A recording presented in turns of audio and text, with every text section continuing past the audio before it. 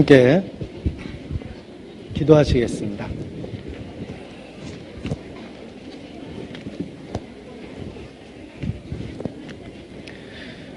우리의 영혼을 사랑하시고 죄악 가운데서 구원해 주신 거룩하신 아버지 하나님, 이 시간 모이기를 힘쓰라는 주의 말씀을 기억하고 하나님 앞과 그리스도 예수 안에서 저희가 함께 모였습니다. 세상 끝날까지 우리와 함께 하시겠다는 주의 약속의 말씀을 기억합니다. 주 성령께서 친히 주관하시고 성령의 감동과 감화하심으로 함께하여 주시기를 더욱 간절히 기도합니다. 주의 진리의 말씀으로 우리 각 사람 가르쳐 주시고 이 마지막 때를 살아갈 수 있는 지혜를 얻고 능력을 얻는 귀한 시간 될 수 있도록 도와주시기를 주님께 부탁을 드립니다. 이 시간 주 앞에 머리 숙이고 있는 우리 각 사람 삶을 살펴주시고 우리의 삶에 은혜와 긍휼을 더욱 베풀어 주시기를 주님께 기도합니다. 신앙의 핍박으로 고난 중에 있는 분도 계시고 영혼을 구원하려는 열정으로 오랫동안 기도하고 있는 분도 계십니다. 주께서 모든 것을 아시고 우리의 삶을 통해서 주의 영광을 나타내시며 모든 어려운 순간에 주의 권능으로 함께하여 주셔서 능히 견뎌낼 수 있도록 도와주시기를 주님께 부탁을 드립니다.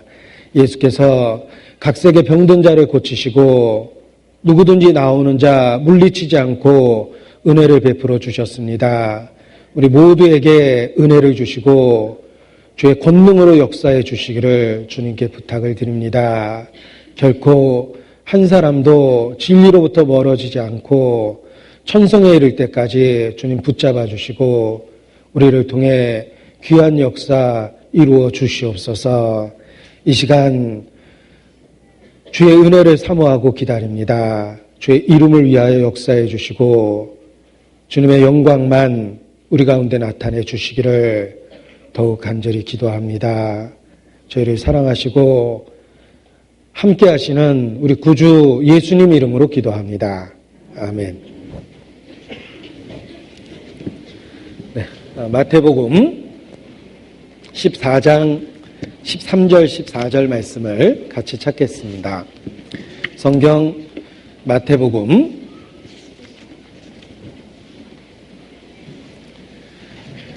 14장 13절 14절 말씀입니다.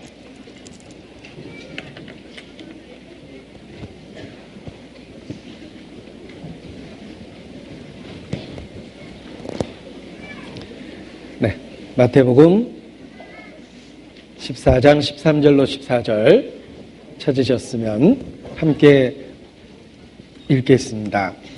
예수께서 들으시고 배를 타고 떠나사 따로 빈들에 가시니 무리가 듣고 여러 고을로부터 걸어서 쫓아간지라. 예수께서 나오사 큰 무리를 보시고 불쌍히 여기사 그 중에 있는 병인을 고쳐주시니라. 예수, 이런 듣기만 해도 가슴이 설레는 말이다. 한 수필가의 유명한 문장을 인용해서 표현해도 마음에 큰 공감이 됩니다. 정말 예수님의 이름만 불러도 우리 마음에 큰 그 의미를 주고 감동을 만들어냅니다. 왜냐하면 우리는 예수님이 누구신지 잘 알고 그분이 우리를 위해서 무슨 일을 하셨는지 잘 알고 있기 때문에 그렇습니다.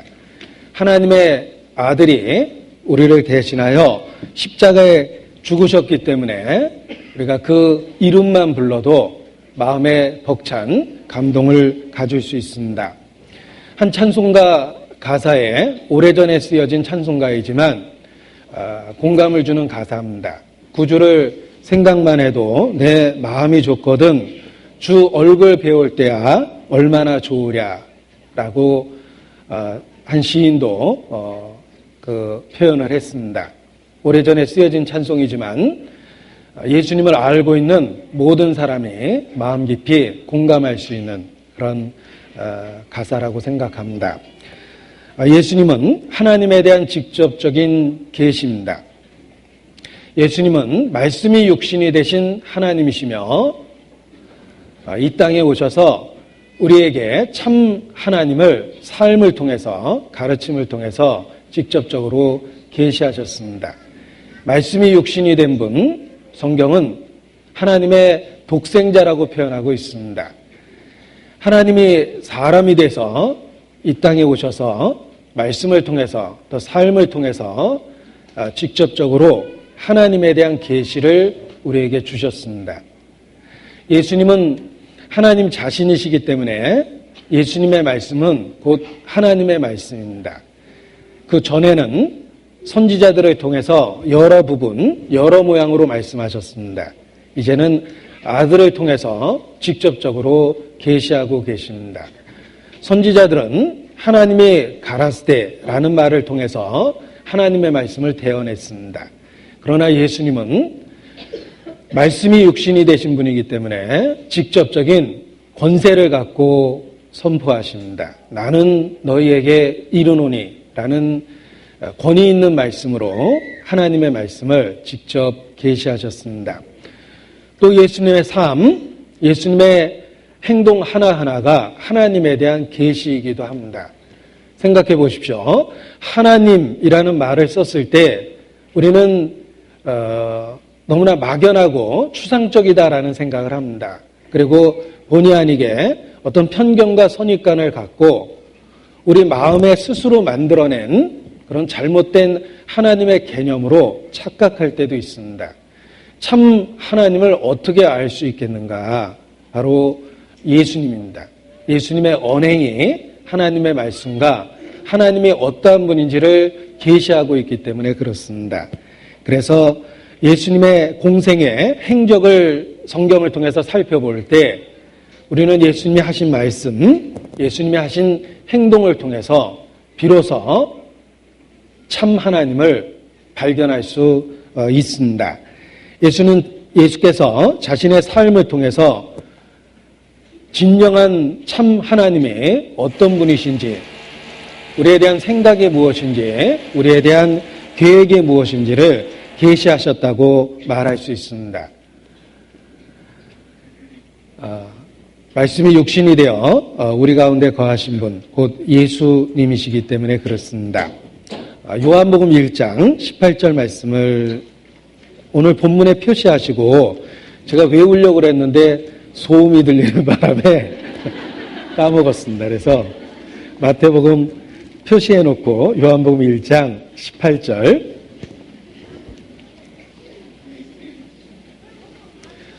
18절 말씀을 같이 읽겠습니다.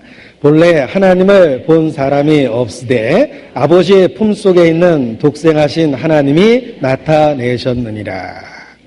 자, 아버지 품속에 있는 독생하신 하나님, 바로 예수님에 대한 표현입니다. 하나님을 본 사람이 없으되 우리의 본성, 이성, 지식, 경험, 인간의 어떤 가르침과 철학으로도 참 하나님을 발견할 수 없습니다.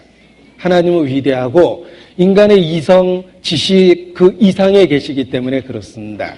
그런데 아버지 품속에 있는 독생하신 하나님, 곧 예수님, 말씀이 육신이 돼서 우리 가운데 오셔서 우리가 그 하나님을 알 수 있도록 나타내신 거라고 말할 수 있습니다.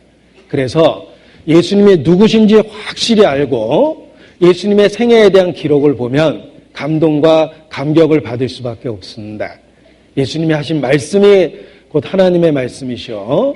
예수님이 사람들을 대하신 태도가 곧 하나님이 인간을 어떻게 대하시는지를 직접적으로 가르쳐 주시고 있기 때문에 그렇습니다.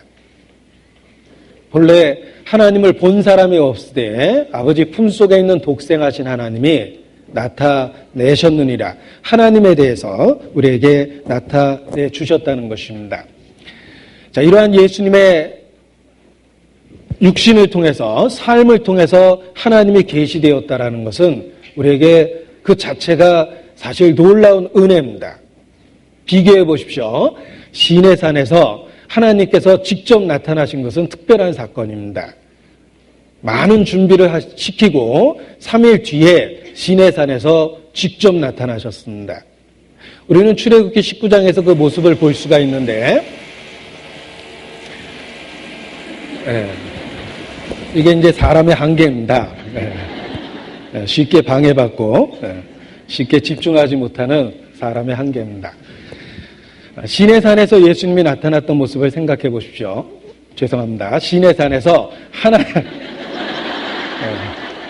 시내산에서 하나님이 직접 나타나신 모습을 생각해 보십시오. 우레와 번개와 천둥과 지진 가운데 불 가운데 나타나셨습니다. 그리고 내게 근접지 마라, 가까이 오지도 말라라고 그러셨습니다. 내가 너희를 돌격할까 두렵다. 나를 보고 살 자가 없다. 무시무시한 경고와 함께 나타나셨습니다. 그 모습과 예수님께서 나는 너희에게 이르노니 하고 하나님의 말씀을 선포하는 것을 비교해 보십시오. 너무너무 대조적이지 않습니까? 이 시내산에서 나타났던 하나님의 모습이 하나님의 의로움과 공의로움, 곧 빛이신 하나님에 대한 선포입니다. 그리고 예수께서 육신을 갖고 우리를 말할 수 없이 그 사랑하는 마음으로 또 그 눈빛으로 바라보면서 말씀을 전하시는 모습을 비교해 보면 그 대조적인 하나님의 사랑과 긍휼과 은혜에 대해서 우리는 계시받을 수 있습니다. 예수님의 모습 자체가 그 자체가 하나님의 놀라운 은혜라는 것입니다. 예수께서 오신 것 자체가 큰 은혜임에 틀림이 없는데 우리가 더욱 놀라워할 수밖에 없는 것은 그분이 우리를 대신해서 십자가에 죽으셨다는 것입니다. 이 땅에 오신 것 자체가 가장 놀라운 뉴스입니다.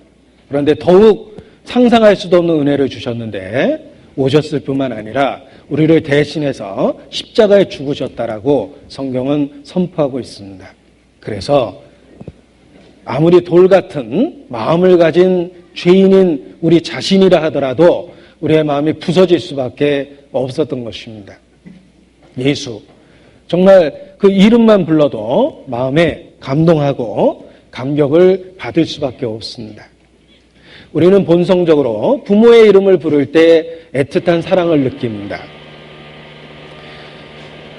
나이 50대 후반이신 분이 어머니가 돌아가셔서 초상 치르는 모습을 봤습니다. 그런데 정말 어린아이처럼 엄마 하고 우는 모습을 봤는데 그것이 하나도 이상하지 않았습니다. 왜냐하면 비록 나이는 들었어도 그 마음속에 여전히 어머니 앞에서는 아이였고 어머니에 대한 그리움이 본성에 가득하기 때문에 그렇습니다. 우리는 본성적으로 어머니, 아버지에 대한 그 애틋한 애정을 갖고 있습니다. 그것은 하나님과 우리의 관계를 가장 잘 설명해 주고 있는 것입니다. 예수, 그분이 누구신지 확실히 우리 마음에 발견했을 때 우리는 그 이름만으로도 감동받을 수밖에 없는 이유가 그러합니다. 특히 시내산에서 계시된 하나님의 모습과 예수님의 삶의 모습이 너무너무 대조되며 그 공의를 이기고 하나님의 은혜가 우리에게 계시되는 것을 우리는 충분히 깨달을 수 있기 때문에 더욱 감동을 받게 됩니다. 자, 예수님의 생애를 통해서 분명하게 계시된 하나님의 속성은 바로 하나님의 사랑입니다. 하나님의 사랑이 이렇게 나타난 바 되셨습니다. 독생자를 주셨습니다. 하나님이 세상을 이처럼 사랑하사 독생자를 주셨습니다. 예수님은 하나님의 사랑에 대한 완전한 계시입니다. 아무리 아둔한 우리조차도 확실히 이해할 수밖에 없는 확실한 사랑의 언어를 들려주셨습니다. 예수님의 삶, 예수님의 언어, 예수님의 행동, 아니 예수님 그 자체가 하나님의 사랑에 대한 완전한 계시라고 그렇게 말할 수 있습니다. 오늘 읽은 본문도 예수님 공생애 중에 한 부분을 읽었을 뿐입니다. 그 예수님의 언행을 통해서 우리는 하나님의 사랑이 우리에게 계시되고 있다는 것을 깨달을 수 있습니다. 마태복음 14장 14절에 예수께서 나오사 큰 무리를 보시고 불쌍히 여기사 그 중에 있는 병인을 고쳐주시니라. 자, 병든 무리를 보시고 불쌍히 여기시고 그 중에 특별히 병인들에 대해서 은혜를 베풀어 주셨습니다. 여기 큰 무리를 보시고 불쌍히 여기셨다라는 그 표현 속에서 하나님의 마음, 곧 우리를 긍휼히 여기시는, 불쌍히 여기시는 그 마음이 분명하게 계시됐습니다. 이 무리를 바라보시고 불쌍히 여기셨다라는 예수님의 모습 속에서 하나님이 우리를 바라보시는 마음을 분명하게 계시한 겁니다. 우리를 바라보시며 하나님은 불쌍히 여기십니다. 예수님의 육신을 통해서, 삶을 통해서 긍휼히 여기는, 불쌍히 여기는 그 마음을 분명하게 보여주셨습니다. 큰 무리를 보시고 불쌍히 여기셨습니다. 이것이 예수님을 통해서 드러난 하나님의 마음입니다. 하나님께서 우리를 보시면은 불쌍히 여기십니다. 마태복음 9장 36절입니다.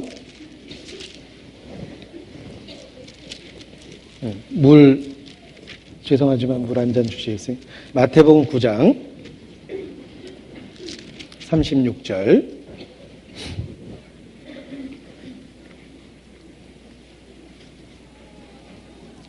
함께 읽겠습니다. 무리를 보시고 민망히 여기시니 이는 저희가 목자 없는 양과 같이 고생하며 유리함이라. 자, 무리를 보시고 민망히 여기셨다라는 말씀도 우리를 향한 넘치는 사랑이 있다라는 것을 계시하는 그런 표현입니다. 불쌍히 여기셨습니다. 민망히 여기셨습니다. 긍휼히 여기셨습니다. 하나님은 그 우리에 대한 사랑을 이와 같이 예수님의 삶을 통해서 계속해서 드러내고 계십니다. 성경에 나타난 하나님은 사랑의 하나님이며 하나님이시며 우리에 대한 긍휼을 갖고 계십니다. 우리를 불쌍히 여기십니다.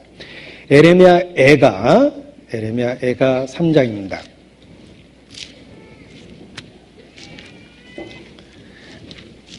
에레미야 애가라고 그러니까 에레미야 아들이 줬나 보다라고 생각하면 안 됩니다. 에레미야가 지은 슬픈 노래입니다. 에레미야 애가 3장 22절입니다. 22절, 23절을 함께 읽겠습니다. 여호와의 자비와 긍휼이 무궁하심으로 우리가 진멸되지 아니함이니이다. 이것이 아침마다 새로우니 주의 성실이 크도소이다. 하나님은 자비와 긍휼이 무궁하십니다. 이것이 아침마다 새롭다고 그랬습니다. 우리는 부모의 사랑도 단 한 번 일회적으로 끝나는 것이 아닙니다. 삶 속에서 부모의 사랑을 계속해서 발견합니다. 하나님의 사랑도 그 자비와 긍휼이 무궁하심으로 아침마다 새로울 수밖에 없습니다. 주는 여전히 변함없이 우리를 사랑하십니다. 하나님은 변하지 않는다. 그는 회전하는 그림자도 없으시니라 라는 표현 자체도 사실 일정하고 변하지 않는다라는 의미를 갖고 있는 표현입니다. 하나님의 사랑이 그러합니다. 하나님의 사랑은 무궁하며 변하지 않습니다. God is love. 하나님은 사랑이시다라지 하나님이 우리를 갑자기 사랑하게 된 게 아닙니다. 계속해서 변함없이 하나님의 속성은 일정합니다. 하나님은 우리를 사랑하십니다.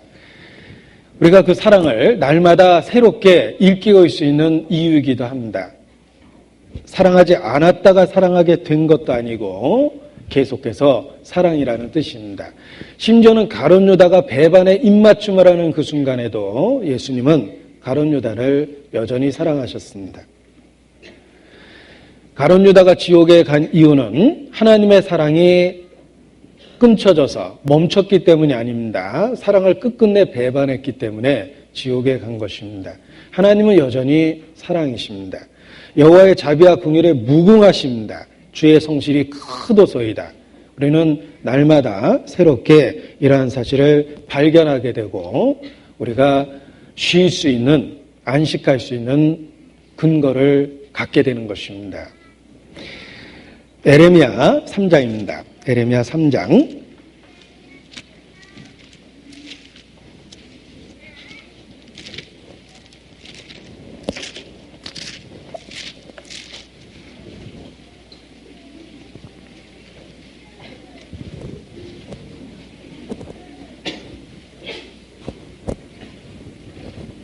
에레미야 3장 12절. 너는 가서 북을 향하여 이 말을 선포하여 이르라. 여호와께서 가라사대 배역한 이스라엘아 돌아오라. 나의 노한 얼굴을 너에게로 향하지 아니하리라. 나는 긍휼이 있는 자라. 너를 한없이 품지 아니하느니라. 여호와의 말이니라. 너는 오직 내 죄를 자복하라. 자, 이게 배역한 북이스라엘을 향해서도 애틋한 사랑으로 부르십니다. 배역한 이스라엘아 돌아오라. 돌아오라고 간절하게 부르시는 이유가 있습니다. 나는 긍휼이 있는 자라. 하나님은 긍휼이 있습니다. 우리를 불쌍히 여기십니다. 우리에 대한 사랑을 갖고 계십니다. 그래서 돌아오라라고 외치고 계십니다. 우리가 언제든지 하나님께로 돌아갈 수 있는 이유가 있습니다. 하나님의 긍휼을 의지하고 믿고 있기 때문에 그렇습니다.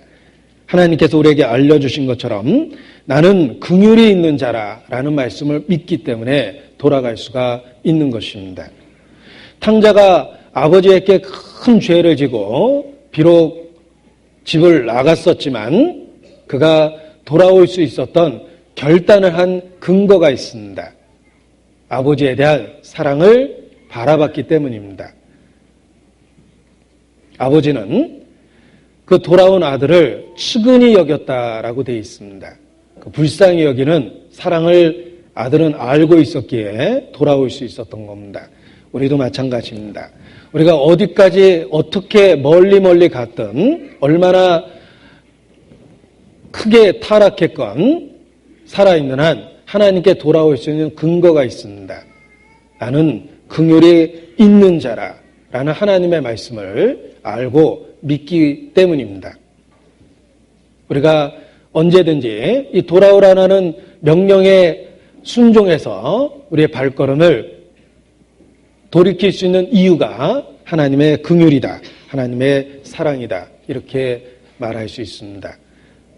탕자의 아버지도 아직도 상거가 먼데 아들을 보고 측은히 여겨 달려가 목을 안고 입을 맞췄다라고 기록되어 있습니다.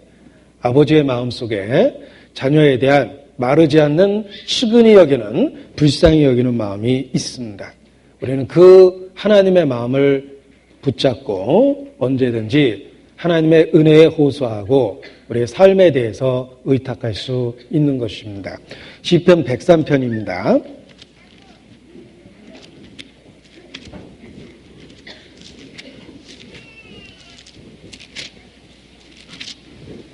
(13절) (14절입니다)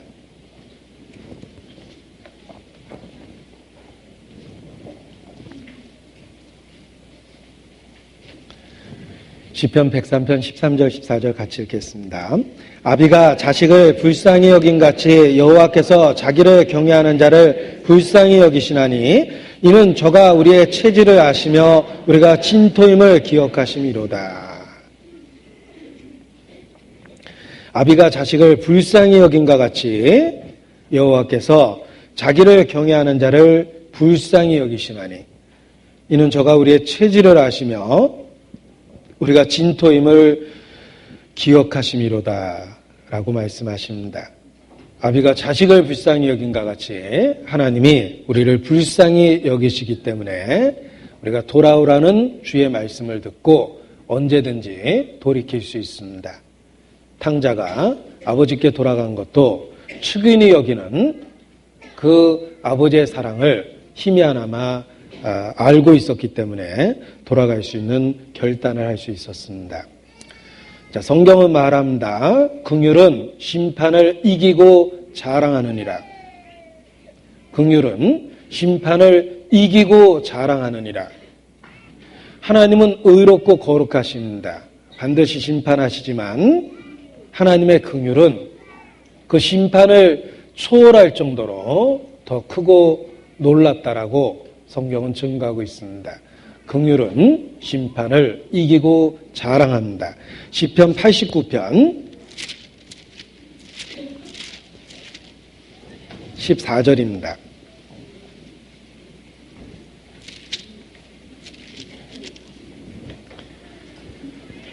함께 읽겠습니다. 의와 공의가 주의 보호자의 기초라. 인자함과 진실함이 주를 앞서 행하나이다.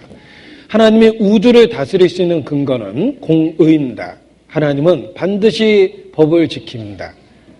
만물이 천지가 주의 규례대로 오늘까지 있음은 그 만물이 주의 종이 된 연고라고 말씀하셨습니다. 하나님은 만물을 자신의 법, 규칙을 갖고 다스리십니다. 그러나 주의 보호자가 의와 공의가 기초인 건 틀림이 없지만 인자함과 진실함이 그 하나님의 공의를 초월해서 우리에게 주어집니다.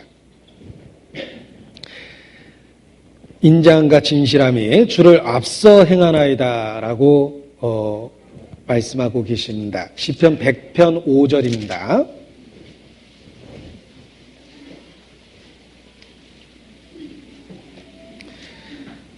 대저 여호와는 선하시니 그 인자하심이 영원하고 그 성실하심이 대대에 미치리로다. 여호와는 선하시고 인자하십니다. 자, 하나님이라는 단어를 영어로 쓰면 God죠. 무슨 아이돌 그룹 생각을 하시나 본데, God, 하나님이십니다. 근데 그 철자의 O를 늘려보십시오. 하나 더 만들어 보면 good, 좋다, 선하다 이런 뜻입니다. 그래서 God is good 하면 영어로 써놓으면 철자가 비슷해 보입니다.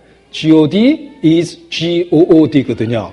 그래서 God is good인데 이 good, 선하다라는 말이 하나님의 속성이기 때문에 철자도 그와 같다라고 말합니다. God is good, 하나님은 선하십니다. 여호와는 선하시고 그 인자하심이 영원하고 성실하심이 대대에 미치리로다. 선하신 하나님, 긍휼이 많으신 하나님, 우리가 지금 이 순간 하나님께 부르짖을 수 있는 유일한 근거입니다. 우리가 주의 긍휼을 힘입어 이 자리에 서 있는 것이다 라고 말씀드릴 수 있습니다. 시편 86편입니다.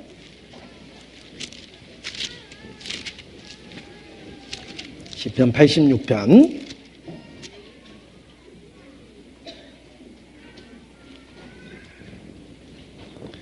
같이 읽죠. 주는 선하사 86편 5절입니다. 네. 항상 원인은 저한테 있습니다. 시편 86편 5절 같이 읽겠습니다.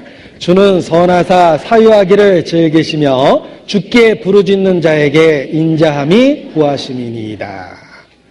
주는 선하십니다. 그래서 사유하기를 즐기십니다. 주께 부르짖는 자에게 인자하심이 후하십니다.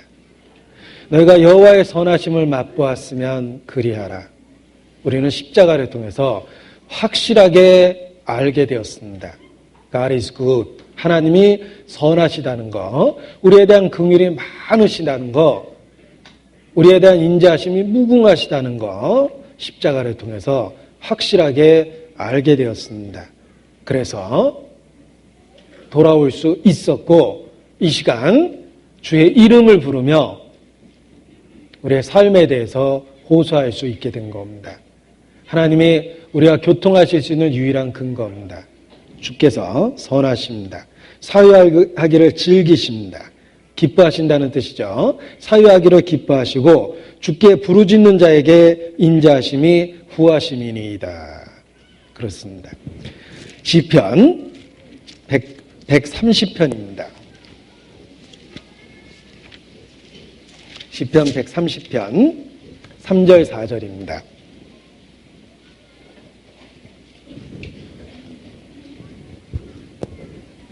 같이 읽죠. 여호와여 주께서 죄악을 감찰하실진대 주여 누가 서리이까.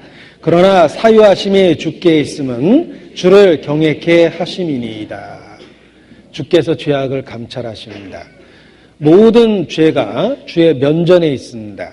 하나님은 모든 죄를 대면하여 주목하고 계십니다. 노려보고 계십니다. 분노하고 계십니다. 하나님은 죄를 절대 용납하지 않습니다. 우리는 거룩하신 하나님을 잘 압니다. 주께서 죄악을 감찰하실진데 주여 누가 서리이까? 그러나 놀랍게도 긍휼은 심판을 이기고 자랑합니다. 우리는 주께서 얼마나 의롭고 정의로운지 잘 압니다. 우리 죄가 얼마나 심각한지 파괴적인지도 잘 알고 있습니다. 그러나 사유하심이 주께 있다라는 거 그것도 잘 알고 있습니다. 나는 긍휼이 많은 자라 우리를 불쌍히 여기십니다. 민망히 여기십니다. 수근히 여기십니다. 그래서 주의 공의로움을 알고 있음에도 불구하고 십자가를 의지해서 주님께 나아갈 수 있는 것입니다. 주의 긍휼하심이 이 시간 하나님과 교통할 수 있는 우리가 갖고 있는 유일한 근거라는 것 항상 기억해야만 합니다. 사실 우리의 기도는 그 바탕이 주여 나를 불쌍히 여기소서라는 말에 들어 있습니다. 예수님께 은혜를 입었던 모든 사람들의 부르짖음이 그러합니다. 주여 나를 불쌍히 여기소서. 하나님의 공의를 깨고 하나님의 은혜의 보좌에 도달할 수 있는 부르짖음은 딱 하나입니다. 주여 나를 불쌍히 여기소서. 우리도 그런 기도를 통해서 주의 보좌에 이르르게 된 것입니다. 주는 사유하심을 기뻐하십니다. 긍휼이 많으시기 때문에 그렇습니다. 예수님을 만나 은혜를 입었던 사람들을 하나하나 살펴보고 개인적으로 공부해봤던 적이 있습니다. 그들의 똑같은 부르짖음은 주여 나를 불쌍히 여기소서입니다. 몇 구절 찾아보겠습니다. 마태복음 19장입니다. 15장입니다. 마태복음 15장 22절입니다. 마태복음 15장 22절. 가나안 여자 하나가 그 지경에 나와서 소리질러 가로되 주 다윗의 자손이여 나를 불쌍히 여기소서. 내 딸이 흉악히 귀신 들렸나이다 하되. 자, 마태복음 17장 15절. 주여 내 아들을 불쌍히 여기소서. 저가 간질로 심히 고생하여 자주 불에도 넘어지며 물에도 넘어지는지라. 마태복음 20장 30절입니다. 소경 둘이 길가에 앉았다가 예수께서 지나가신 다음을 듣고 소리질러 가로되 주여 우리를 불쌍히 여기소서. 다윗의 자손이여 하니. 자, 예수님께 은혜를 입은 사람의 공통점이 있습니다. 그들은 예수님이 누군지 알고 있었습니다. 주여 다윗의 자손이여. 예수님은 하나님이 육신이 되어 이 땅에 오신 분입니다. 메시아입니다. 그리스도입니다. 그 그리스도께 유일하게 상달될 수 있는 우리의 부르짖음은 주여 나를 불쌍히 여기소서. 그의 긍휼에 호소하는 것입니다. 그래서 가나안 여인도 불쌍히 여겨달라고 부르짖었고 귀신 들려 간질 들린 아이를 갖고 있는 아버지도 불쌍히 여겨달라고 부르짖었고 여리고성의 거지들도 소경 거지들도 불쌍히 여겨달라고 부르짖었습니다. 그들은 주님의 자비와 은혜의 호소에서 응답을 받았습니다. 우리도 마찬가지입니다. 우리가 어떻게 하나님과 교통하게 되었습니까? 거룩하신 하나님을 어떻게 아버지라 부를 수 있게 되었습니까? 주여 나를 불쌍히 여기소서 했기 때문에 주님과 교통하게 된 겁니다. 우리 죄가 얼마나 심각한지 깨달으면 깨달을수록 은혜가 얼마나 컸었는지도 더욱 알 수 있습니다. 많이 사함받은 자가 많이 사랑한다고 말씀하셨습니다. 우리 죄의 심각함을 깨달으면 깨달을수록 우리를 얼마나 불쌍히 여기셨는가를 더욱 절실하게 알 수 있습니다. 주여 나를 불쌍히 여기소서라는 말을 생각해 보십시오. 이 말은 사실 인간에게 우리의 자존심에 아주 굴욕적입니다. 생각해 보면 어느 누구에게도 사람에게 나를 불쌍히 여겨달라고 말한 적 없습니다. 여러분 어떠십니까? 차라리 그런 말을 하느니 죽어버리고 자존심을 지키겠습니다. 사람한테는 그런 말 한 적 전혀 없습니다. 나를 불쌍히 여겨달라고 사람한테 그런 말 한 적 없습니다. 우리는 마음에 인간적인 자존심을 갖고 있습니다. 굴욕적이죠. 그 말 자체가 인간에겐 상당히 굴욕적입니다. 그러나 그 말을 할 수밖에 없는 분명한 이유가 있습니다. 하나님이 얼마나 거룩한지 확실하게 깨달을 때 내가 그 거룩하신 하나님 앞에 정말 타락됐고 죄인이라는 것을 인정할 수밖에 없습니다. 나의 죄와 허물이 머리털보다 많다는 걸 알았을 때, 내 죄의 상태가 썩어 악취가 나는 상태라는 걸 알게 되었을 때, 그 심각함을 알게 되었을 때 우리는 모든 인간적인 교만함이 부서지고 비로소 나를 불쌍히 여겨달라고 기도할 수밖에 없습니다. 그리고 우리가 어떤 의지와 결심과 노력과 희생과 수고를 통해서도 결코 그 죄를 해결할 수 없다는 것을 알게 되었을 때 우리는 더더욱 불쌍히 여겨달라고 부르짖을 수밖에 없습니다. 우리에게 주어진 심판이라는 운명이 절대적이고 필연적이며 피할 수 없다는 걸 알게 되었을 때, 불과 유황으로 타는 형벌의 장소가 얼마나 끔찍하고 얼마나 돌이킬 수 없는 상황인지를 알게 되었을 때 우리는 비로소 가장 바닥에 엎드려서 주여 나를 불쌍히 여기소서라고 부르짖게 됩니다.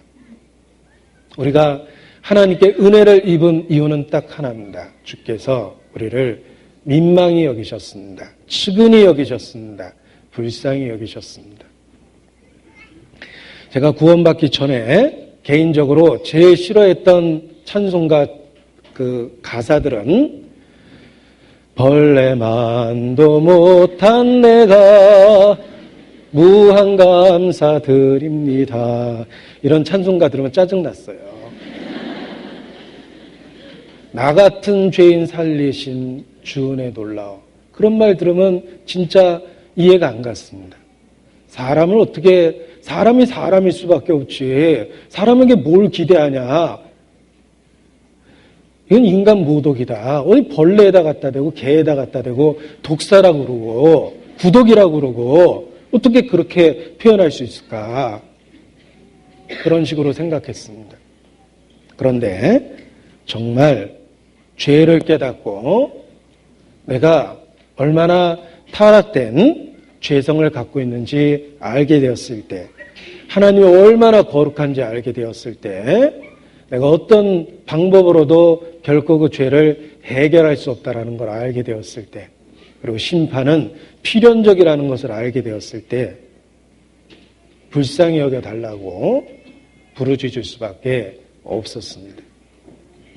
하나님을 하나님으로서 인식할 때 우리의 기도가 비로소 불쌍히 여겨달라는 기도가 나오는 겁니다. 그리고 응답을 받게 됩니다. 인간에게 모욕적이고 굴욕적이지만 인간에게 그런 거죠. 우리는 하나님 앞에 서 있다는 걸 기억하셔야 됩니다. 우리가 하물며 나이 들어도 부모 앞에서는 어리광도 피고 본성적인 아무런 가식 없이 부모에게 자기의 진짜 모습을 보여줍니다. 여러분 정말 병상에 누워서 대소변을 받아내게 되었을 때 그래도 가장 본성적으로 내가 부끄러움을 느끼지 않고 내 육체를 그대로 내어 맡길 수 있는 존재가 부모일 겁니다. 하나님 앞에 그렇습니다. 하나님 앞에 우리의 본성 그대로를 자백하고 불쌍히 여겨달라고 부르짖을 수 있어야 됩니다. 거룩하신 하나님, 광대하신 하나님, 크신 하나님, 그 하나님을 발견하면 우리는 결코 자기 자신을 그 앞에서 꾸며대려고 하지 않습니다. 비로소 불쌍히 여겨달라고 본성 속에서 부르짖게 되고 응답을 받게 됩니다.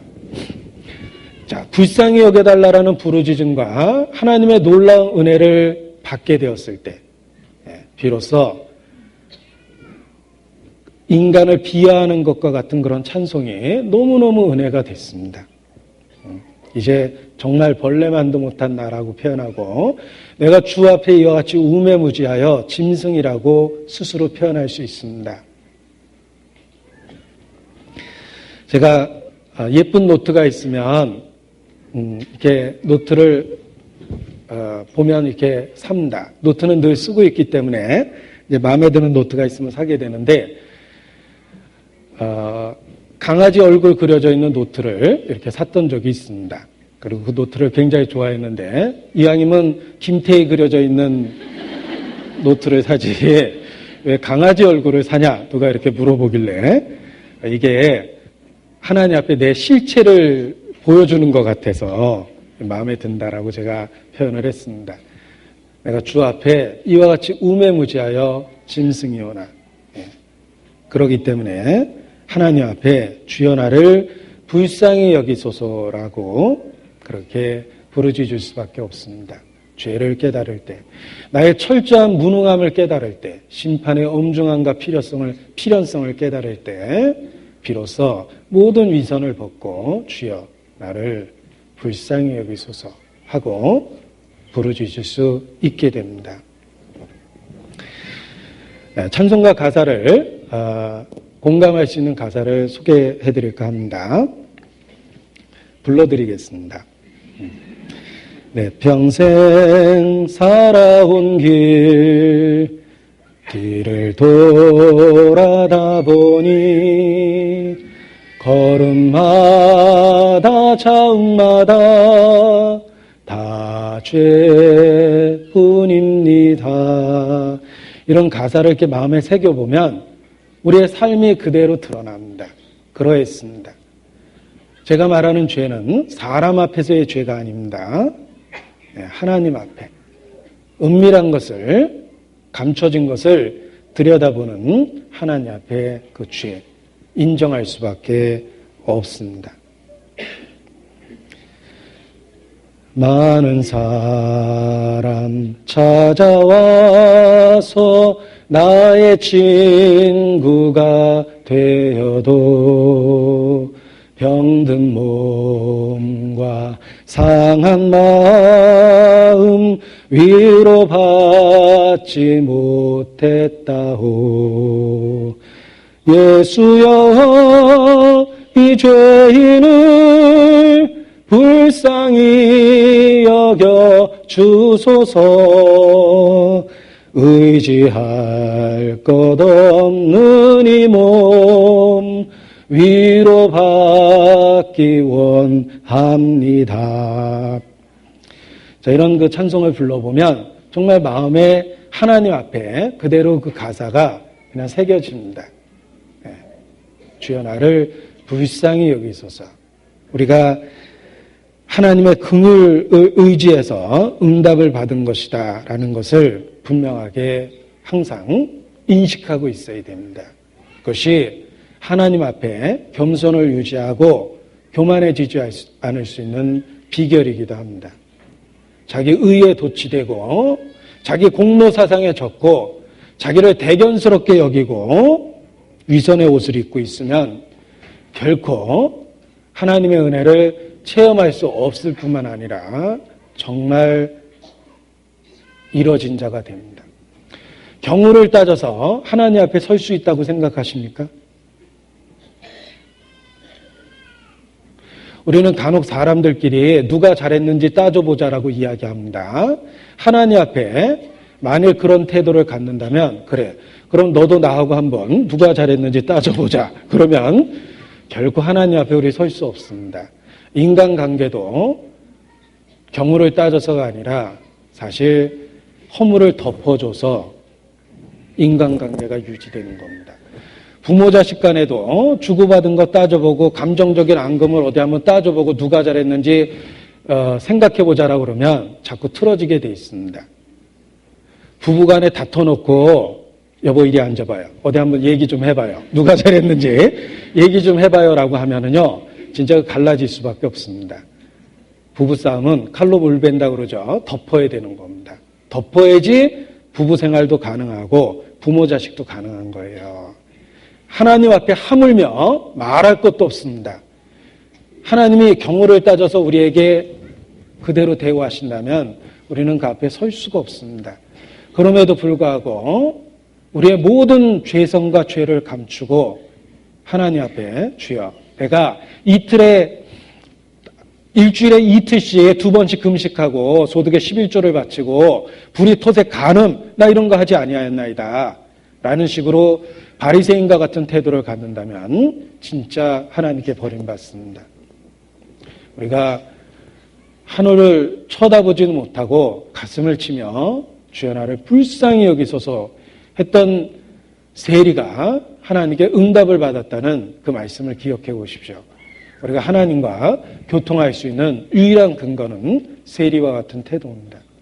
가슴을 치며 주여 나를 불쌍히 여기소서 하기 때문에 우리가 오늘도 하나님과 교통할 수 있습니다. 자기 의를 버리고 공로사상에서 벗어나고 자기 의에 도취되어 있다면 깨어나야 됩니다. 하나님 앞에 자기 실체를 처절하게 발견해야 됩니다. 그래야만 주여 나를 불쌍히 여기소서라는 부르짖음과 함께 하나님의 놀라운 응답을 경험하게 됩니다.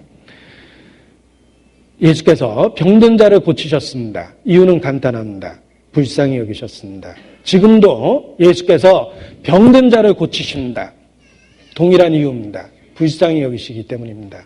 따라서 우리가 고침받아야 될 병적인 것이 있다면 하나님 앞에 그의 긍휼을 의지하여 부르짖어야 됩니다. 주여 나를 불쌍히 여기소서. 이러한 부르짖음은 인간에게 절대적인 겸손을 요구합니다. 우리의 실체를 인정하는 것입니다. 우리의 죄성을 인정하는 것입니다. 우리가 하나님과 얼마나 멀리 떨어져 있는지 확실하게 인정하는 것입니다. 그때 비로소 불쌍히 여겨달라고 본성에서 부르짖을 수 있고 하나님이 받아줄 수 있는 겸손의 모습을 갖게 되는 것입니다. 하나님 말씀하십니다. 겸손한 자에게 은혜를 주십니다. 교만한 자를 물리치십니다. 진정한 겸손은 자기 실체를 거룩하신 하나님 앞에 발견하고 인정하는 것입니다. 그때 우리는 너무나 자연스럽게 하나님 앞에 유일하게 외칠 수 있는 말을 갖게 됩니다. 주여 나를 불쌍히 여기소서. 그래서 긍휼에 풍성하신 하나님이 내 부르짖음에 응답하신 겁니다. 시편 69편입니다.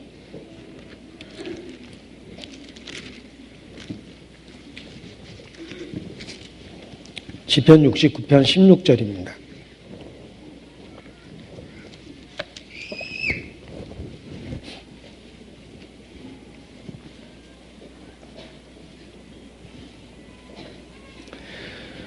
같이 읽죠. 여호와여 주의 인자하심이 선하시오니 내게 응답하시며 주의 많은 긍휼을 따라 내게로 돌이키소서.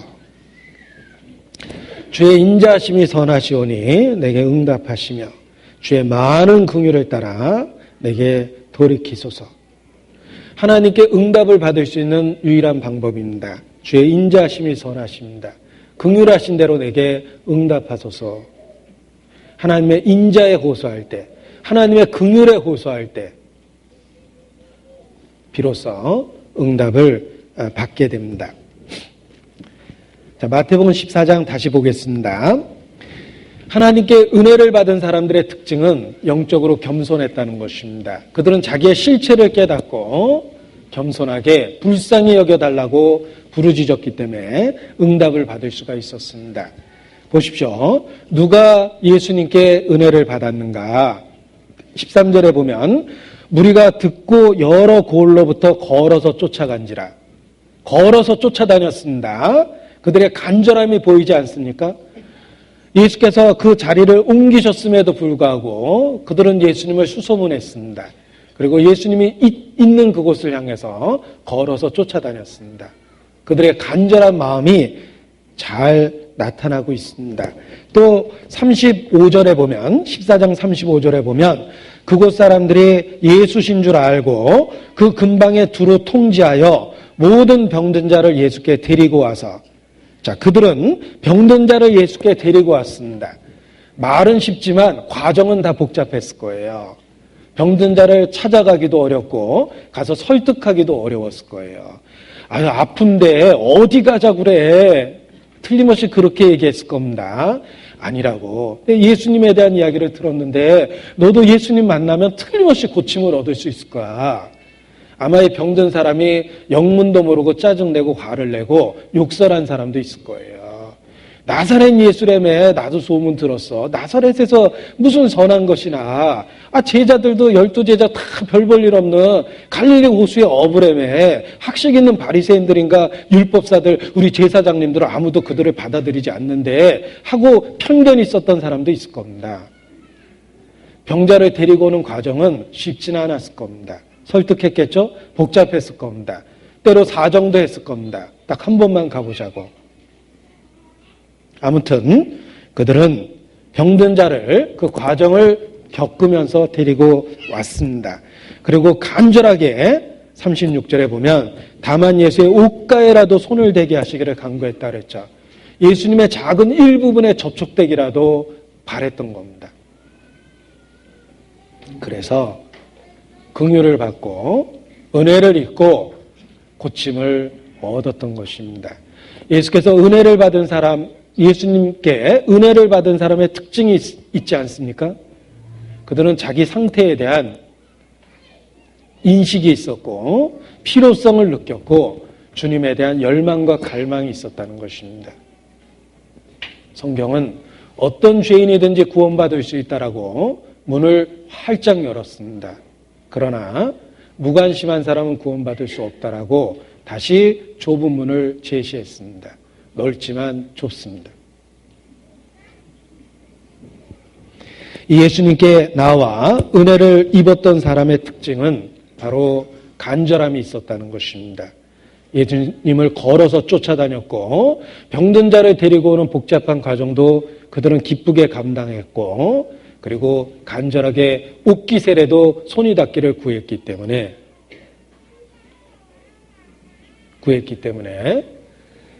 예수님께 은혜를 입고 고침을 얻었던 것입니다. 나를 사랑하는 자들이 나의 사랑을 입을 것이다. 이것은 진리에 대한 올바른 반응과 태도가 있어야 된다는 뜻입니다. 주님은 우리의 사랑의 대상이 능히 되실 수 있는 분입니다. 우리는 그분에 대한 열망과 갈망을 표현해야 됩니다. 간절한 마음을 표현해야 됩니다. 그것이 긍휼과 인자하심을 입을 수 있는 방법입니다. 은을 구하듯이 지혜를 구하라라고 성경은 쉽게 우리에게 알아듣게 설명해 줍니다. 은을 구하듯이. 우리가 물질을 얻기 위해서 얼마나 많은 수고를 합니까?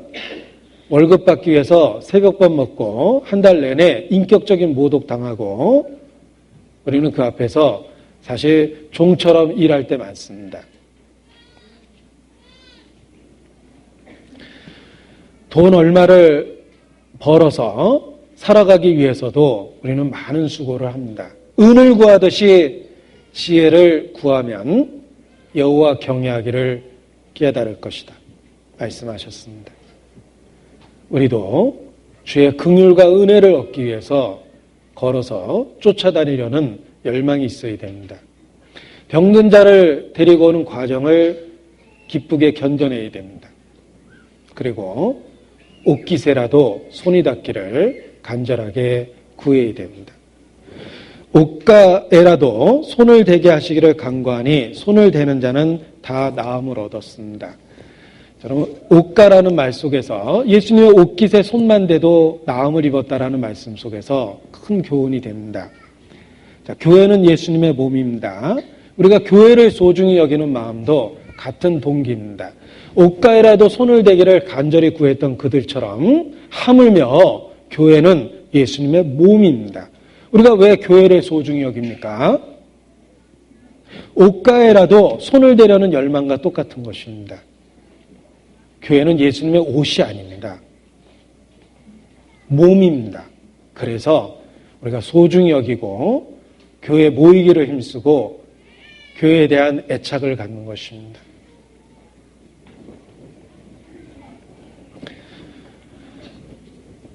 제가 때로 전도하는 사람이기 때문에 이렇게 과분한 대접을 받을 때도 있습니다. 반대도 많습니다. 네. 네. 전도하는 사람이기 때문에 겪어서는 안 될 일을 겪을 때도 많이 있는데 좋은 쪽을 얘기해 보죠. 그래서 어디 설교 가면 늘 드시던 일상식보다는 그래도 찌개라도 하나 더 끓이시려고 하고 또 나이 저보다 더 많으신 분들이 제 가방을 뺐다시피 해서 옆에서 들어주시고 막 그럽니다. 예. 제게는 사실 너무 인간적으로 제가 얼마나 난감하겠습니까? 그런데 마음만은 충분히 이해가 갑니다. 왜냐하면 예수님 옷가에라도 손을 대려는 열망이 있었죠. 육신인 제 자신이 아니라 설교하는 그 직분 자체를 소중히 여기고 그런 마음에서 그런 표현이 나오는 거라고 생각합니다. 그래서 설교하는 나보다 정말 그 옆에서 그런 행동하는 믿음이 더 크고 귀하게 보일 때가 많습니다. 그리고 그런 분들이 같은 마음으로 함께 하니까 설교 메시지가 살아나고 듣는 사람에게 영향을 주는 거구나 라는 생각을 하게 됩니다. 우리가 교회를 소중히 여기는 것이 마땅합니다. 그때 구도자들은 예수님 옷가에라도 손을 대기를 구했습니다. 하물며 주의 몸된 교회를 소중히 여기는 것이 필요합니다. 그리고 성도를 소중히 여기는 건 더 말할 것도 없습니다. 옷가에라도 손을 대기를 구했던 그 마음과 동일한 마음일 거라고 생각합니다. 그들이 예수님의 은혜를 입었습니다. 불쌍히 여김을 입고 고침을 받았습니다. 자, 이게 예수님께 나와 고침을 얻었던 사람들이 각색의 병든 자였습니다. 생각해 봅니다. 만일 그들에게 그 질병이 없었다면 예수님을 만날 계기가 없었을 겁니다. 그들이 오랫동안 투병했던 그 삶의 고통이 예수님께 나올 계기를 마련해 줬던 겁니다. 애플사를 창업했던 스티브 잡스가 했던 이야기 중에 하나입니다. 자기 삶의 가장 큰 위기가 실제로 자기 인생을 만들어냈다. 자기가 창업한 회사에서 자기가 고용한 사람한테 해고당했습니다. 네, 얼마나 절망적이었겠습니까? 자기가 창업한 회사에서 자기가 쫓겨날 거라고는 상상도 못했고 게다가 자기가 고용했던 사람에게 해고를 당했습니다. 그런데 그 위기의 시절에 그는 다른 사업을 할 수 있었고 무엇보다도 그때 아내를 만났다. 그래서 그 삶의 위기가 결국은 자기 인생에 큰 그 의미와 유익을 주었다라고 이렇게 이야기합니다. 하물며 신앙적으로는 더욱더 그렇습니다. 이 질병에 들렸던 사람, 각색의 병든 자가 예수님을 만나게 된 이유가 바로 그 질병입니다. 그 질병이 있었기 때문에 예수님을 쫓아다니고 예수님께 나올 수 있었고 옷가에라도 손을 대려는 마음을 갖게 됐던 겁니다. 그 질병이 예수님을 알게 했고 예수님을 만나게 했고 예수님을 믿게 했습니다. 결국 그들의 삶이 마감될 때 그들도 똑같이 자신의 삶을 그렇게 회고할 겁니다. 내 삶에 가장 고통스러웠던 그 질병이 예수님을 알고 만나고 믿게 했다. 만일 내게 그 질병이 없었다면 혹 내가 이루어져서 인생을 끝낼 수도 있지 않았을까 라고 생각하고 자기에게 있었던 그 질병에 대해서 소중하게 고맙게 생각할 거라고 생각합니다. 우리에게 주신 어려움도 틀림없이 그런 의미가 있습니다. 우리 삶의 어두움이 주님을 만나게 한 겁니다. 내가 갖고 있었던 장점들은 사실 다 신앙의 방해거리입니다. 내가 갖고 있었던 열등한 것, 내가 갖고 있었던 가슴 아픈 것들이 주님을 만나고 주님을 계속해서 믿게 만들어주는 겁니다. 그래서 심지어 우리의 어두운 면, 그 질병조차도 내 삶에 많은 어려움을 주었던 그 질병조차도 하나님께 감사하게 되는 것입니다. 주의 놀라운 섭리 안에서 감사할 수밖에 없게 됩니다. 이 병든 자가 예수님을 만나 은혜를 입은 모습이 고향 사람이 예수님을 배척하는 모습과 너무너무 대조됩니다. 예수님은 자기 고향에도 갔었는데 그 고향에서는 배척을 받습니다. 13장 54절, 마태복음 13장 54절. 고향으로 돌아가사 저희 회당에서 가르치시니 저희가 놀라 가로되 이 사람의 지혜와 이런 능력이 어디서 났느뇨 하고 57절에 예수를 배척한지라. 58절 같이 읽죠. 저의 믿지 않음을 인하여 거기서 많은 능력을 행치 아니하시니라. 자, 각색의 병든 자는 그 질병으로 인해 예수님을 알게 되는 계기가 됩니다. 그런데 더 큰 기회를 받았던 고향 사람과 가족들은 오히려 예수님을 배척하게 됩니다. 그래서 예수님은 능력을 행하려고 해도 행할 수가 없었어요. 믿지 않고 배척했기 때문에 그렇습니다. 마가복음 6장입니다. 똑같은 말씀이 있습니다. 마가복음 6장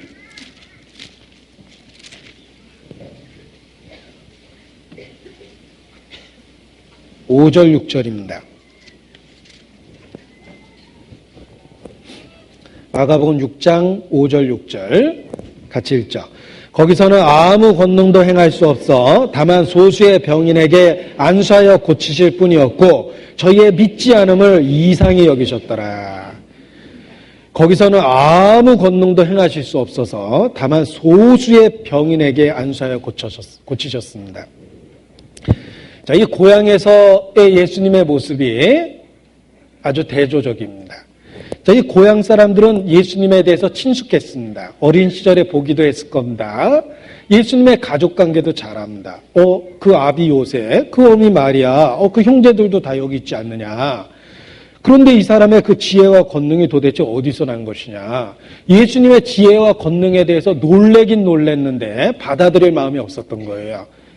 왜냐하면 예수님의 주변과 너무 익숙했기 때문에 오히려 마음에 멸시한 겁니다.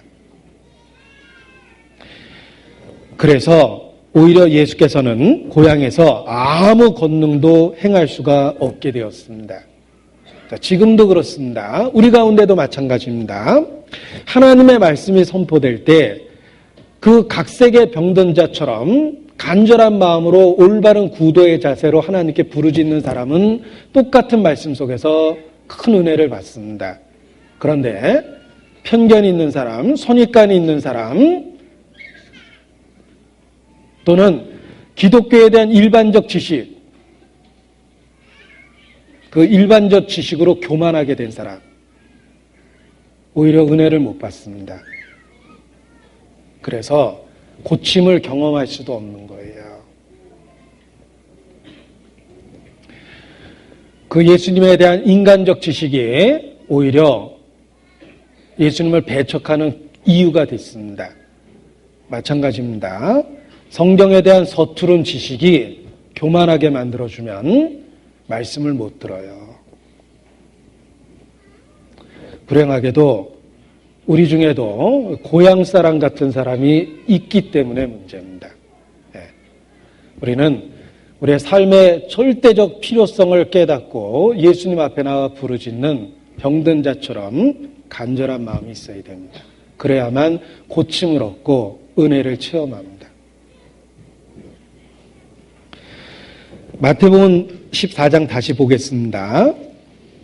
14절. 예수께서 불쌍히 여기사 그 중에 있는 병인을 고쳐주셨습니다. 자, 예수님의 삶의 모습을 관찰하면서 우리가 이 땅에서 어떻게 살아야 될지 교훈을 얻을 수가 있습니다. 자, 예수님이 육체를 갖고 이 땅에 오셨습니다. 하나님을 계시하기 위해서입니다. 언행을 통해서 하나님이 어떤 분인지 계시하셨습니다.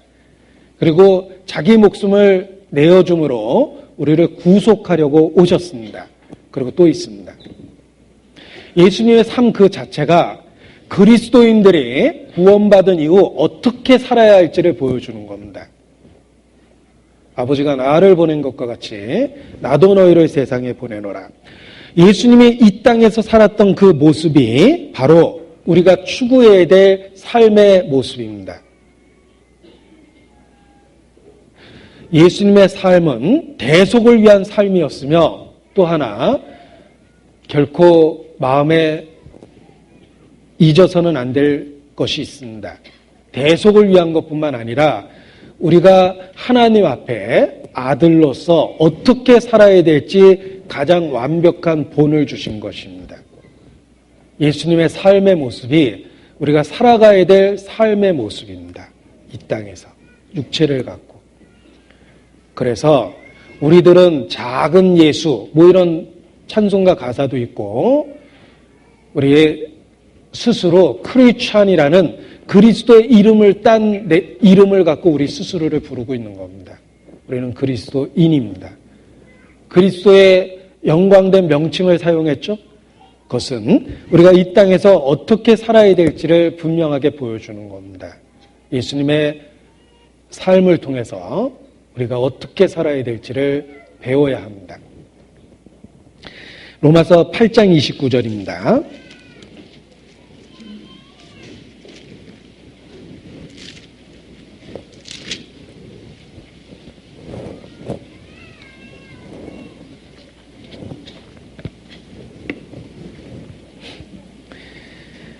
같이 읽죠. 하나님이 미리 아신 자들로 또한 그 아들의 형상을 본받게 하기 위하여 미리 정하셨으니 이는 그로 많은 형제 중에서 맏아들이 되게 하려 하심이니라.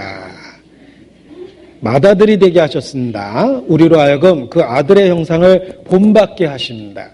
예수님의 삶의 모습이 우리가 본받아야 될 맏아들의 모습입니다. 그래서 바울도 나의 자녀들아 너희 속에 그리스도의 형상이 이루기까지 다시 너를 위하여 해산하는 수고를 하노라 라고 표현했습니다.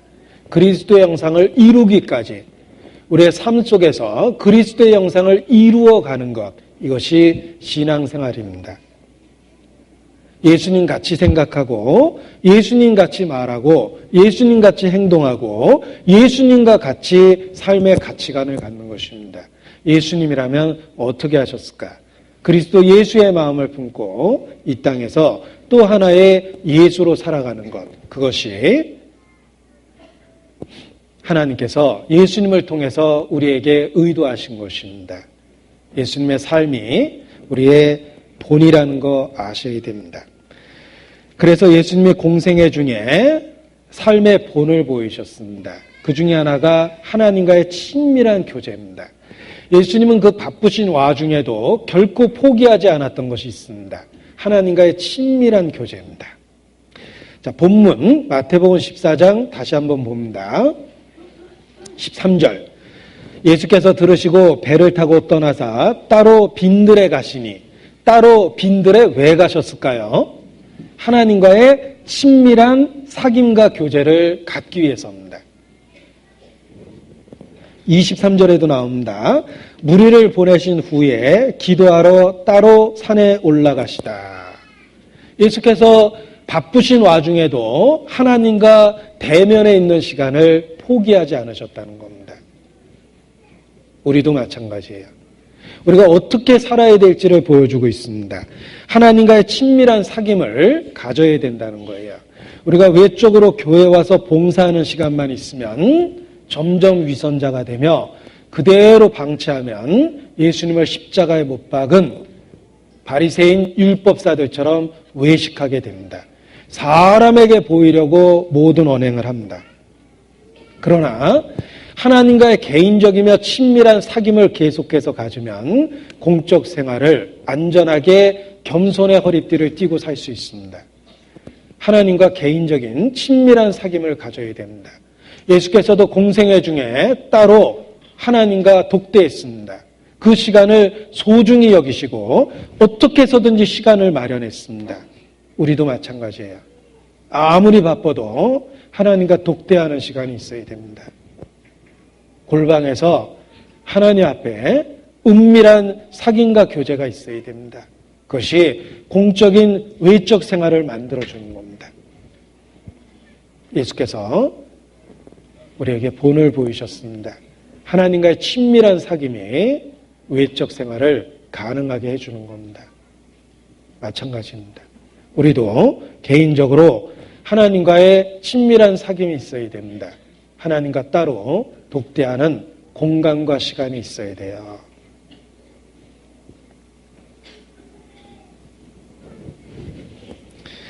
그 하나님과 함께한 친밀한 사귐이 비로소 공적인 삶을 가능하게 해주고 사람들 앞에서 능력을 보여주는 삶을 살게 만들어줍니다.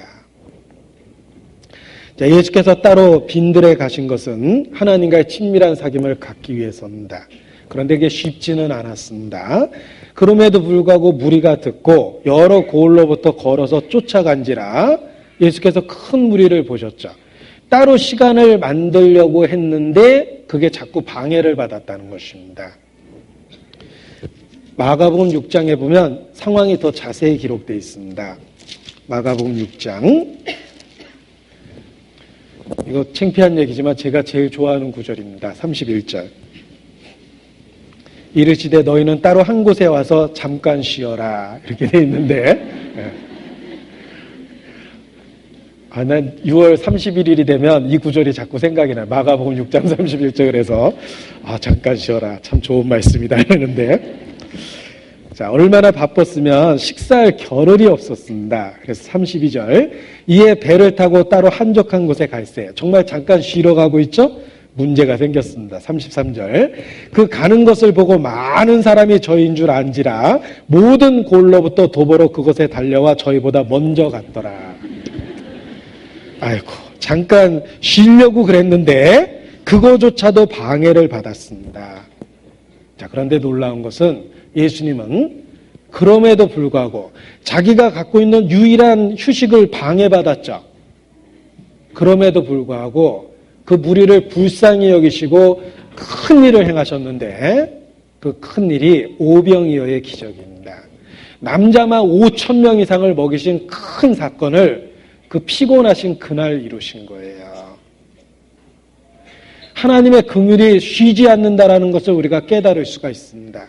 정말 쉬고 싶으셨죠? 식사의 겨를이 없었죠? 일부러 배를 타고 한적한 곳에 갔는데도 불구하고 사람들이 쫓아온 것을 보고 그들을 물리치지 않으셨어요.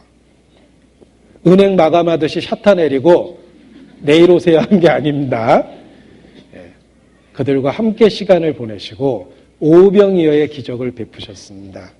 하나님의 긍휼이 풍성하시며 멈추지 않는다는 걸 보여주는 거예요. 여러분, 엄마는 의무감이나 월급으로는 절대 할 수가 없어요. 왜냐하면 출근 시간, 퇴근 시간이 없거든요. 엄마는 월급으로는 불가능해요. 사랑으로만 그게 가능한 겁니다. 진짜 지쳐서 방금 누웠는데 아기가 응애하면 바로 자리를 떨치고 달려갑니다. 그 소중한 휴식을 포기해버립니다. 엄마는 사랑으로만 가능한 거예요. 예수님이 모처럼 쉬려고 했고 그걸 방해를 받았음에도 불구하고 그날 오병이어의 기적을 행했습니다. 이것은 우리에 대한 계속적인 사랑을 보여준 겁니다. 마치 어머니처럼 우리에 대한 계속적인 돌봄과 사랑을 확실하게 보여준 겁니다. 제자들은 소중한 휴식을 잃어버렸습니다. 그러나 충분한 보상을 받았습니다. 왜냐하면 그날 오병이어의 기적을 목도했고 체험했기 때문에 그렇습니다.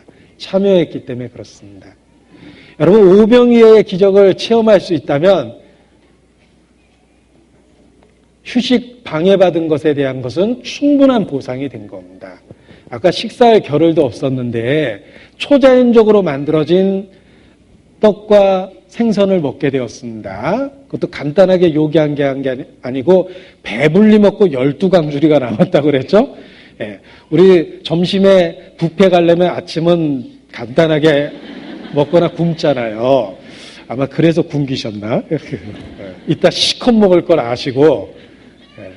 아무튼 그들이 방해받았던 그 시간은 충분한 보상을 받았습니다. 그러합니다. 우리가 이 땅에서 그리스도인으로 살아가기 위해서 방해받을 수 있습니다. 우리의 사생활이 침해될 수도 있고 모처럼의 휴식이 깨질 수도 있습니다. 그러나 주님이 주신 그 사랑을 품고 적극적으로 섬기면 오병이어의 기적을 우리도 날마다 체험하게 됩니다. 이 예수님의 삶의 모습 속에서 우리가 어떻게 살아야 될지가 잘 나타난 겁니다. 마태복음 14장 다시 보겠습니다. 마태복음 14장 14절입니다. 예수께서 나오사 큰 무리를 보시고 불쌍히 여기사 그 중에 있는 병인을 고쳐주시니라. 예수께서 병든 자를 고쳐주셨습니다. 자, 우리 자신도 이런 욕심을 좀 가져봅니다. 우리에게도 병든 자를 고치는 능력이 있으면 좋지 않겠는가. 그런 생각을 합니다. 저는 설교하는 사람으로서 더더욱 그런 마음이 있습니다. 야, 내게 신유의 은사가 있다면 더 전도하기 혹시 쉽지는 않을까라는 생각도 해봅니다. 예수께서 병든 자를 고치셨습니다. 그런데 우리가 병을 고치는 능력을 하나님께 구하기는 쉽습니다. 그러나 정말 중요한 게 있습니다. 예수께서 왜 병든 자를 고치셨냐면 여기 나오죠. 불쌍히 여기사 병든 자를 고치신 겁니다. 정말 병 고치는 능력을 사모한다면 먼저 가져야 될 게 있습니다. 영혼을 불쌍히 여기는 마음을 가져야 됩니다. 영혼을 불쌍히 여기는 마음을 품으면 비로소 하나님께서 병 고치는 능력도 주십니다. 우리는 쉽게 하나님의 능력은 구합니다. 은사는 구합니다. 그러나 우리에게 필요한 것은 사실 능력과 은사보다 주님 그 마음 자체입니다. 예수 그리스도의 마음을 먼저 가져야 됩니다. 우리가 구해야 될 것은 예수 그리스도의 마음이에요. 주님의 마음을 구하고 주님의 마음으로 가득 채우면 영혼에 대한 열정을 갖고 영혼을 불쌍히 여기는 마음을 갖게 됩니다. 그 불쌍히 여기는 마음 속에서 성령의 능력과 은사가 주어지는 겁니다. 우리는 능력만을 구하고 그리스도의 마음을 구하지 않기 때문에 능력이 없는 겁니다. 먼저 하나님 앞에 올바른 것을 구해야 되겠죠? 영혼에 대한 사랑, 열정, 그리스도의 마음을 구해야 됩니다. 고린도전서 2장 16절입니다.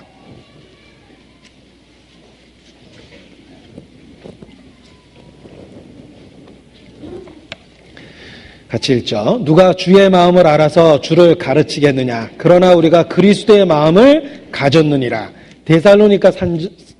데살로니가 전서 2장. 그리스도의 마음을 가진 자가 그리스도를 가르칩니다. 그리스도의 마음을 가진 자가 그리스도의 능력을 보여줍니다. 영혼에 대한 불쌍히 여기는 마음을 가진 자가 질병을 고칠 능력도 받습니다. 데살로니가 전서 2장 7절부터 제가 읽어드립니다. 오직 우리가 너희 가운데서 유순한 자 되어 유모가 젖먹이를 갖고 있는 어머니입니다. 유모가 자기 자녀를 기름과 같이 하였으니 우리가 이같이 너희를 사모하여 하나님의 복음으로만 아니라 우리 목숨까지 너희에게 주기를 즐겨함은 너희가 우리의 사랑하는 자 됨이니라. 바울은 사도입니다. 바울은 정말 큰 일꾼입니다. 왜냐하면 그는 그리스도의 마음을 품었습니다. 그래서 복음만 준 게 아니라 목숨까지도 즐겨주려 했습니다. 그래서 사도여 일꾼이여 능력이 있었던 겁니다. 바울은 영혼을 불쌍히 여기는 마음을 갖고 있었기 때문에 능력도 함께 받은 겁니다. 그리스도의 마음을 품은 자가 그리스도를 가르칩니다. 자기 목숨까지 내어주려는 그리스도의 마음을 품은 자가 영혼에 대해서 유모가 자녀를 기름과 같이 애틋하게 키웁니다. 복음도 그렇게 전합니다. 바울은 우리가 복음으로만 아니라 우리가 너희의 종된 것, 그리스도의 주 되신 것뿐만 아니라 우리가 너희의 종된 것도 전파하려 함이라 라고 말했습니다. 사랑으로 종이 될 때 복음의 능력이 있습니다. 영혼에 대한 열정과 사랑을 가질 때 비로소 그 영혼을 고치는 능력을 갖게 됩니다. 우리에게 부족한 것은 성령의 능력이 아닙니다. 그 부족의 원인이 바로 그리스도의 마음을 품지 않기 때문입니다. 너희 안에 이 마음을 품으라. 곧 그리스도 예수의 마음이다. 그리스도 예수의 마음을 품으면 비로소 자기 목숨까지 내어주려는 사랑을 갖게 되고 그 사랑이 전도에 힘을 실어주며 질병을 고치는 능력으로 나타나기도 합니다. 우리가 구할 것은 영혼을 불쌍히 여기는 마음입니다. 내가 너를 불쌍히 여긴과 같이 너도 그를 불쌍히 여기는 것이 마땅치 아니하냐. 그렇습니다. 우리가 다른 사람을 불쌍히 여길 수 있는 마음은 우리의 인색한 본성을 통해서가 아닙니다. 우리를 구원하신 그 그리스도의 마음을 품을 때 이미 받은 나에게 주신 사랑을 동기로 삼을 때 비로소 우리도 영혼에 대한 열정을 갖고 불쌍히 여기는 마음을 갖게 됩니다. 그리고 그때 그 질병을 고치는 능력도 주십니다. 자, 내게 부족한 것이 영혼을 불쌍히 여기는 마음이라는 걸 깨닫게 될 때 비로소 우리의 기도 제목이 또 생깁니다. 주여 내게 그런 마음을 주십시오. 패션 오브 크라이스트라고 그러는데 그리스도의 열정을 내 안에 주십시오. 그리스도의 마음을 주십시오. 내가 세상을 볼 때 그리스도께서 세상을 보신 것처럼 그런 올바른 관점으로 보고 내가 이뤄진 영혼을 볼 때 그리스도께서 그들을 보고 민망히 여기고 불쌍히 여기신 것처럼 내게도 영혼을 불쌍히 여기는 마음을 주십시오. 라고 기도의 제목을 갖게 됩니다. 그러면서 깨닫게 된 것이 있습니다. 성령 충만을 받으라 그랬습니다. 우리가 왜 성령 충만을 받아야만 합니까? 성령은 그리스도의 영이며 성령으로 충만하면 바로 그리스도께서 가지셨던 영혼을 불쌍히 여기는 마음을 갖게 되기 때문에 그렇습니다. 그래서 성령을 충만을 구하고 새 마음을 구하고 그리스도의 열정을 구하고 그리고 그 후에 능력을 기대하는 것이 필요합니다. 너희 안에 이 마음을 품으라. 곧 그리스도 예수의 마음이라 말씀하십니다. 기도하시겠습니다. 살아계시는 거룩하신 아버지 하나님, 우리의 신앙이 말에만 있지 아니하고 삶에 있고 우리의 실제 언행을 통해 드러날 수 있도록 주관하시고 성령으로 변화시켜 주시기를 주님께 기도합니다. 우리 모두에게 새 마음을 주시고 영혼에 대한 열정을 주시며 이뤄진 영혼에 대한 사랑을 주셔서 그리스도의 마음을 갖고 전도할 수 있도록 주관해 주시기를 주님께 부탁을 드립니다. 주여 우리의 마음에 변화를 주시고 올바로 붙잡아 주시고 주의 몸된 교회 안에서 섬기며 살 수 있도록 도와주시기를 주님께 부탁을 드립니다.